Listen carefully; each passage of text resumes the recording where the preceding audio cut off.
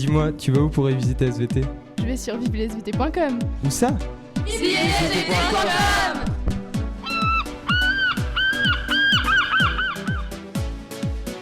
Allez, sur Zénith FM, on va parler une nouvelle fois de SVT, comme tous les premiers vendredis du mois, avec la chronique Vive la SVT avec Julien. Bonjour Julien. Bonjour Jérémy, bonjour à tous les auditeurs de Zénith FM. Est-ce que ça va bien? Excellemment. Alors, nouvelle chronique SVT aujourd'hui. Et je dirais qu'aujourd'hui, Zénith FM est venu au collège. Extraordinaire. Eh oui, parce que là, cette chronique, c'est quand même assez exceptionnel, puisqu'on l'enregistre dans le collège Saint-Joseph-Argentré. Nous sommes au CDI, Jérémy, et je ne suis pas tout seul, accompagné de Camille, Céline, Lucas, Benjamin, Lucie, Ludivine, Justine et Héloïse. Qui sont applaudis, puisque c'est en direct. Alors, on va présenter un petit peu les différents travaux qu'ils ont effectués. Alors juste pour replacer, en troisième en SVT, Jérémy, on étudie la génétique, les chromosomes, l'ADN.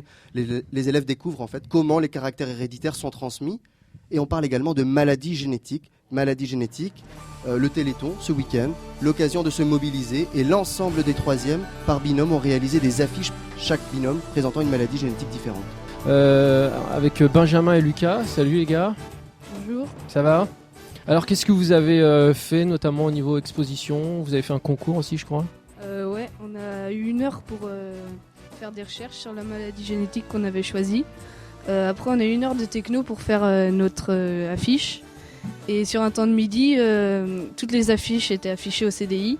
On avait chacun notre numéro, il y a eu un vote qui s'est fait. Des élèves par binôme ici, il y a 3 binômes qui sont venus présenter leur maladie génétique. Alors Camille et Céline, bonjour les filles. Bonjour. Alors qu'est-ce que vous avez présenté vous comme maladie? Donc on va présenter l'épidermolyse bulleuse. Qu'est-ce que c'est? C'est une maladie génétique de la peau qui se caractérise par une fragilité de la peau. Ouais. Donc celle-ci se décolle au moindre frottement. Il y a aussi des bulles d'air et des cloques qui apparaissent sur la peau. Donc il y a plusieurs types de maladies. Il y en a 4 en dessous, donc à ce jour, dont une mortelle, la Doline Mira. Cette maladie peut être différente selon les individus. Il y a plusieurs niveaux de la maladie. Donc ça peut aller de la forme peu sévère à des formes mutilantes, voire mortelles. La douleur, par contre, pour les patients est permanente et varie beaucoup en fonction du type d'épidermolyse bulleuse. Donc il faut savoir quand même que certains ressentent des douleurs jusqu'à comme des brûlés de 3e degré. Ouais. Donc il n'y a aucun moyen de traiter cette maladie pour l'instant. Mais il y a quand même des soins qui peuvent améliorer la vie du patient, comme percer les nouvelles bulles ou s'habiller de 3 couches. 3 couches, donc une couche non adhérente au contact de la peau, une deuxième non rembourrée et une 3e élastique. Donc grâce au progrès et à la recherche, la classification des maladies ont pu être affinée et une meilleure compréhension de la maladie a pu être remarquée.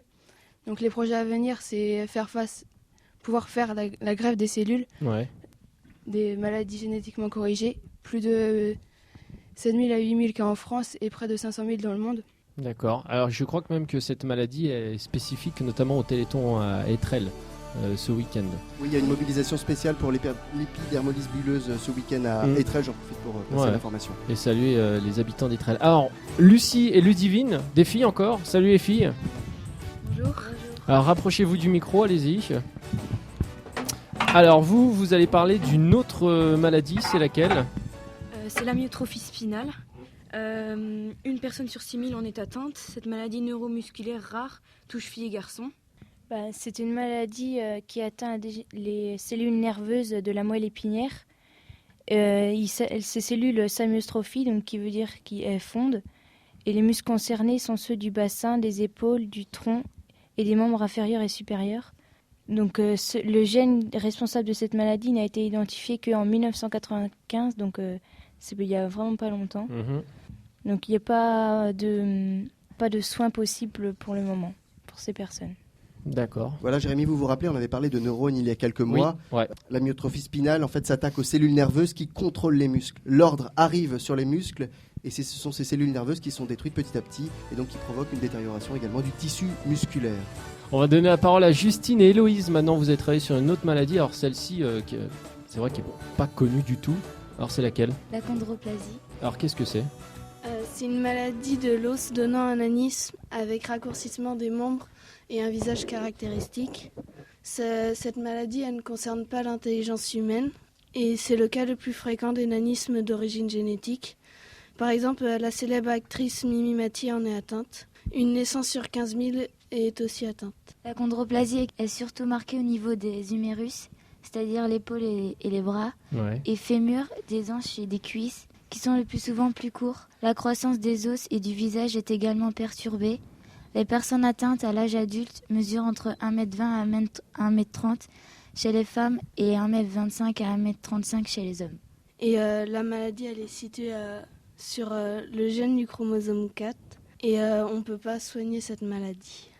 Alors ça, c'est une exposition que les élèves de 3e ont réalisée, donc il y a eu d'autres maladies. Je suppose, voilà, pouvez-vous retourner, Jérémy, derrière vous, l'exposition. On peut distinguer la mucoviscidose, Xeroderma pigmentosum, la progéria, pour ne citer qu'elle, le syndrome de Gapo, énormément de maladies génétiques. C'est très simple, il en existe des milliers, elles sont peu connues, elles concernent peu de personnes, du coup intéressent aussi peu la recherche, parce qu'il n'y a pas d'enjeu, je dirais, pour les laboratoires. D'où la mobilisation de ce week-end, le Téléthon, un seul numéro, le 3637, pour faire vos dons. Alors, on va passer la parole à Arnaud qui va co-animer cette chronique avec moi. Je crois que tu as une question, Arnaud. Bien sûr. Alors, à quoi servira l'argent récolté du Téléthon? Ça servira à faire avancer la recherche pour guérir ces maladies. Et également apporter du soin aux malades.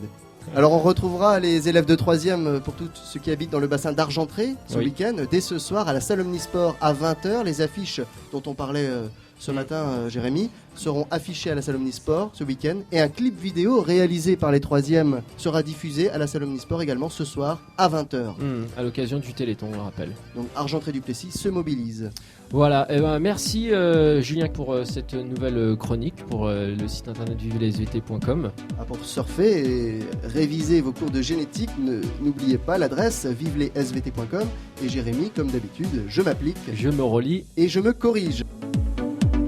Retrouvez Julien du site vivelesvt.com tous les premiers vendredis du mois sur